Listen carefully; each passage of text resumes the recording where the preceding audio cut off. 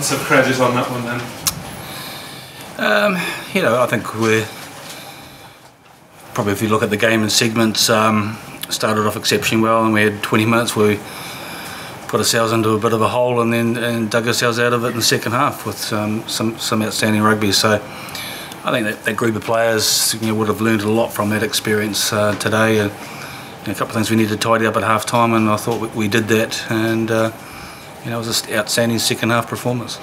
Did you have enough individuals for your liking who put themselves forward for potential first choices in future? Yeah, there was a lot of players out there who did that, and I just thought that as the game went on, they got a lot of those individuals got better and better and more comfortable, and particularly in that second half. I spoke at half time and previous games, sometimes in that autumn games, that we've started well against teams, have allowed them to score points and have been in a tough battle in the second half. So that group of players did a fantastic job, and when you in test match rugby, sometimes it doesn't happen. It can take 50-60 minutes to wear a side down, and we did that, and we were able to capitalise on that.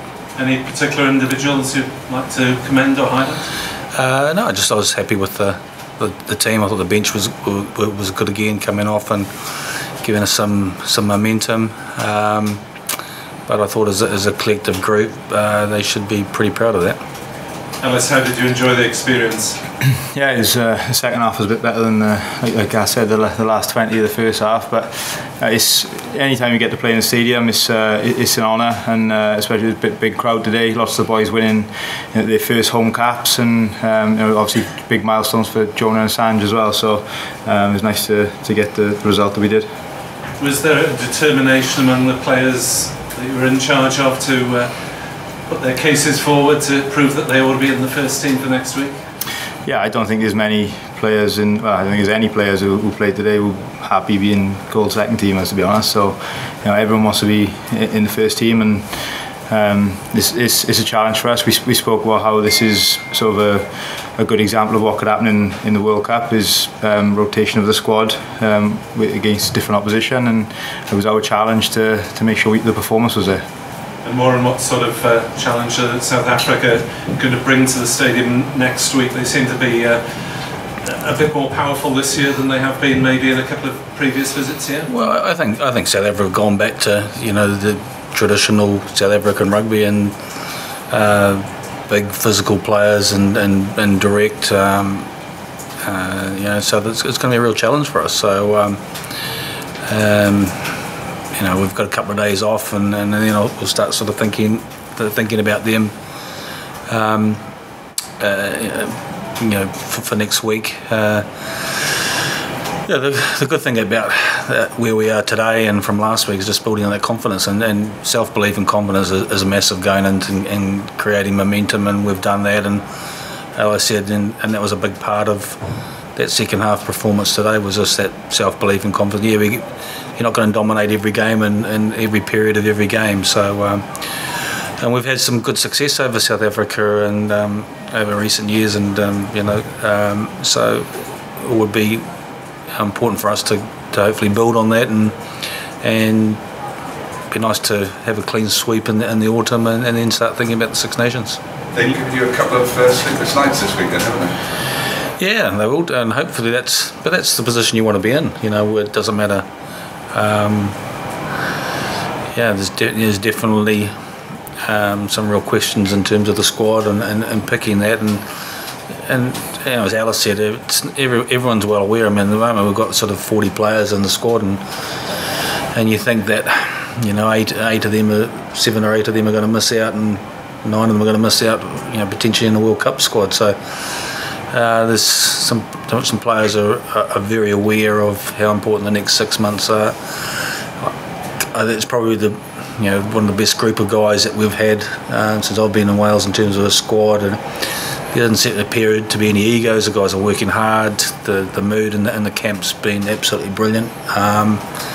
And like we spoke about, we're in a good place at the moment and building nicely, and there's some real competition, which is a great position. The way you use your bench in the last 2 games, you're getting stronger and stronger as the game goes on, which just illustrates the point about great strength and depth. Yeah, and I think that's where we've potentially we've spoken in the past about the momentum that the bench trying to give us and continuation, but you look at the bench and they're really up in it at another level, and we've looked to get players on earlier as well and give them more time. And I thought our bench made a significant impact again today.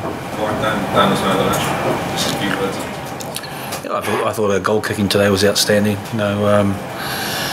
He's had his first run, so he'll be happy with that, and I think the pleasing thing is all 10s are they're all playing well. I mean, I thought we were pleased with Gareth. Reece was excellent when he came on as well, and did a good job. So a number of positions we've got some strength and depth and some selection headaches. 50 unanswered points is a pretty convincing way to win a game for a second time. Look, I think that was the message got on to the players that sort of last 15 minutes, looking to keep the ball in hand and keep the tempo up and things that we've been working hard on. And there was some turnovers and errors in the first half, but then when things started to stick in that second half, some really impressive offloading and some skill as well. And we've been encouraging the players to do that. We've been working hard at training on that in terms of some of the offloads, and thought our contact area was really good. And I thought to have 50 unanswered points and when the game was balanced and Tonga sort of had their tails up, I thought the guys showed some real character. Given the record recently against Tier 2 nations at this time of year, that was a pretty big statement. Yeah, I think for us, but if we look back in the Six Nations, we were criticised for disrespecting, I think, Italy with the number of changes that we made, and we had a comprehensive win against Italy, and it was all about the long term in terms of developing some depth and building for the World Cup, and we know what happened in 2015 when we picked up a lot of injuries and we struggled a little bit with that. So that's what we've been doing, and but it's definitely a real positive statement from that group of players out there today, and some young inexperienced players as well who haven't played a lot at this level. We were incredibly pleased with how the players in the squad performed in the summer, and that's been brilliant. And then the players that have come back into the squad have realised that there's some real challenges for them and they're not just there to come back and automatically win a spot. Lee Halfpenny and George North on track to be available for selection at the moment? We'll assess him. Lee's still had some symptoms a little bit during the week, so we'll see how they are when we come in on Tuesday. George hopefully will have recovered from that hematoma, so I haven't had a full update from the medical team about those two players. I'll probably look at getting that tomorrow and just seeing where they are.